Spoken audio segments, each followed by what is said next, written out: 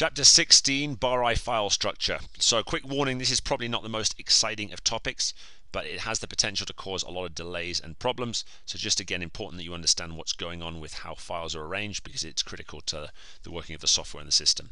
So as explained, in many cases the specific location of a file is important to enable our software to work correctly.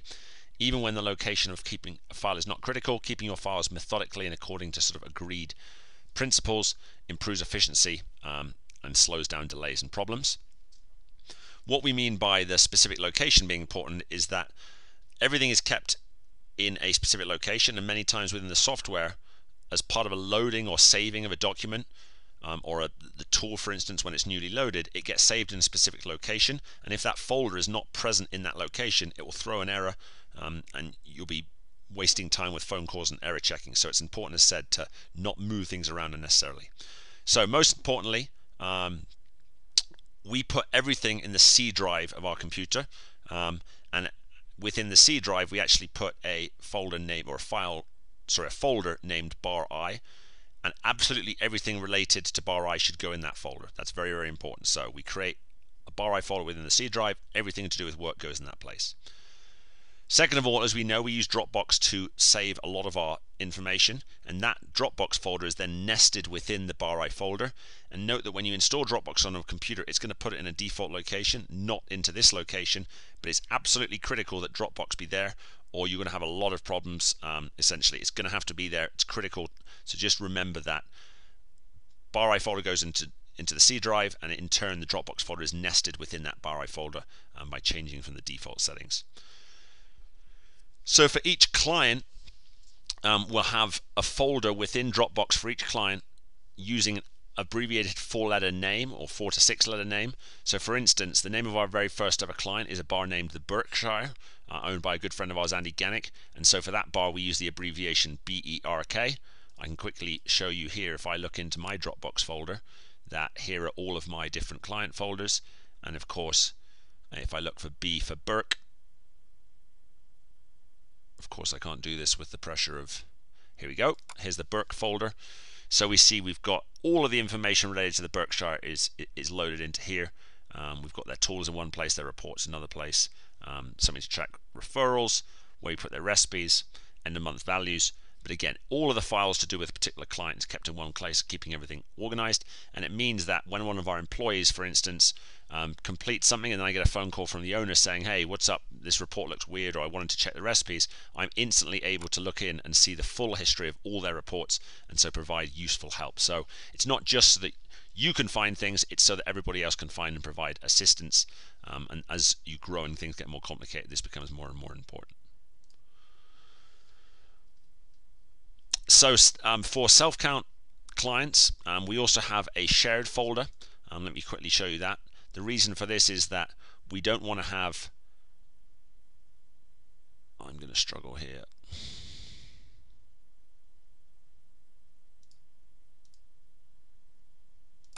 Here we go, I'm sorry. So if I find a self-count client like Bout Time Harriman, similarly we've got their client folder. This is only shared amongst bar-i employees, so this is all the stuff that only our employees look at.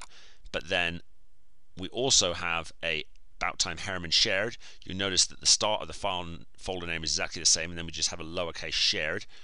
We try and follow that, and in here the files need to be kind of organized, because this is client facing, and if we don't keep things organized for the client, they're going to get confused much more easily because they're less familiar. So you can see they always have that same numbered sequential order. But again, by keeping this, it means that obviously when a client is saying, hey, where's my counting tool, they know it's in here. And if they're saying, hey, where are my reports, they're here. Again, the structure is important, because the more we're organized and people understand where things are, the less we spend messing around with these sort of silly challenges.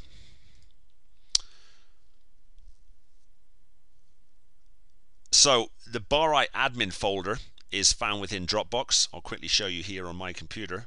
If I go back to Dropbox, so most of these files you see are specific client folders, but then I've got a stack of bar-i, all different bar-i folders. I just put bar at the start to organize them.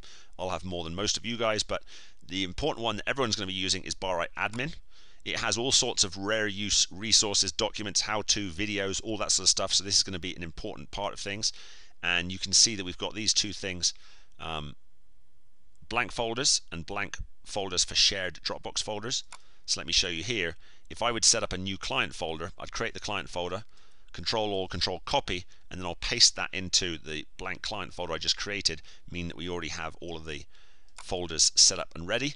And similarly, if it was a client shared folder, again, I would Control-A, select all of those and paste them in, so you don't have to go to the additional annoying step of creating all these files or folders names. And of course, if you made a little error and put a slight typo in there, that could create problems.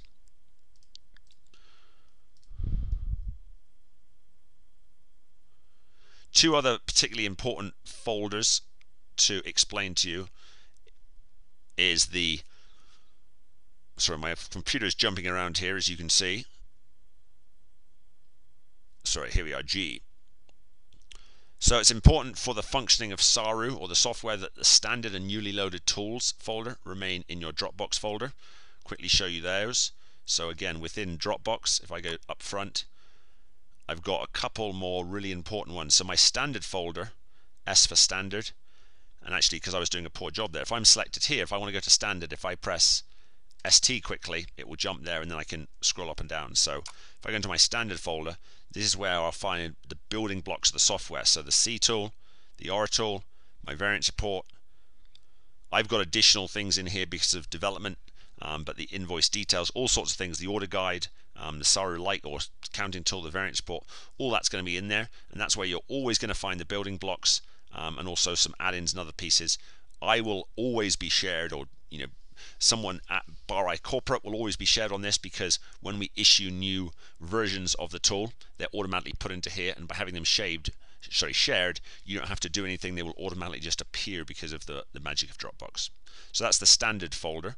And then another folder that's important, again, it's called the newly loaded tools. So if I do NE, it will jump right there.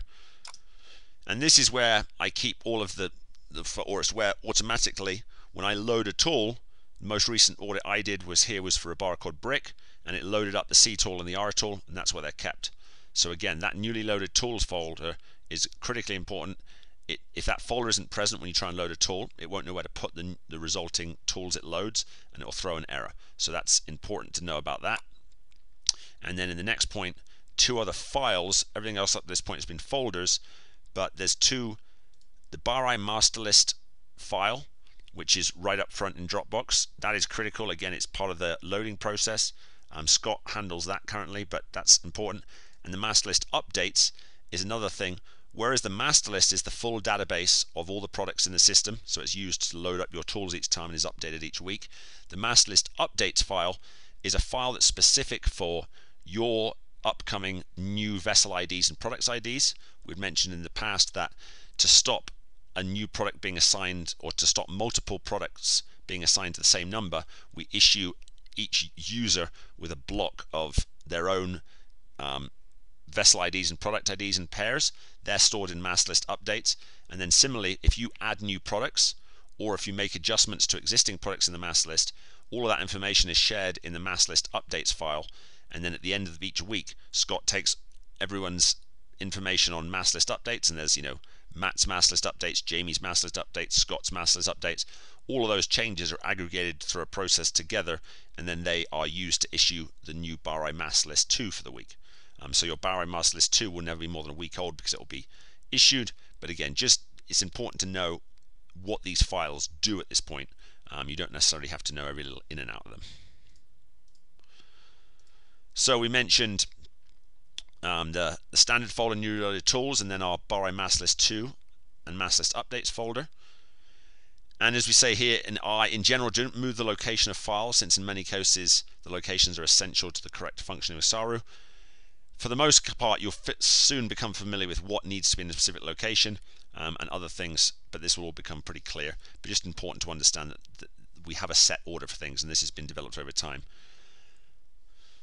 One quick comment on C drive versus Dropbox. So obviously the C drive is the hard drive of the computer, and anything you put into there is only going to be on your local computer, whereas anything we put into Dropbox, even if it's not shared, it's automatically backed up in the cloud, and so it has a better way to recover things, and also it has the opportunity to be shared.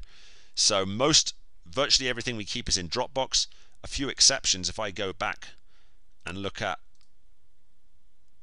so start into C, my PC in the C drive, and then in bar I, almost everything is kept in the Dropbox, but there's a couple of C drive folders.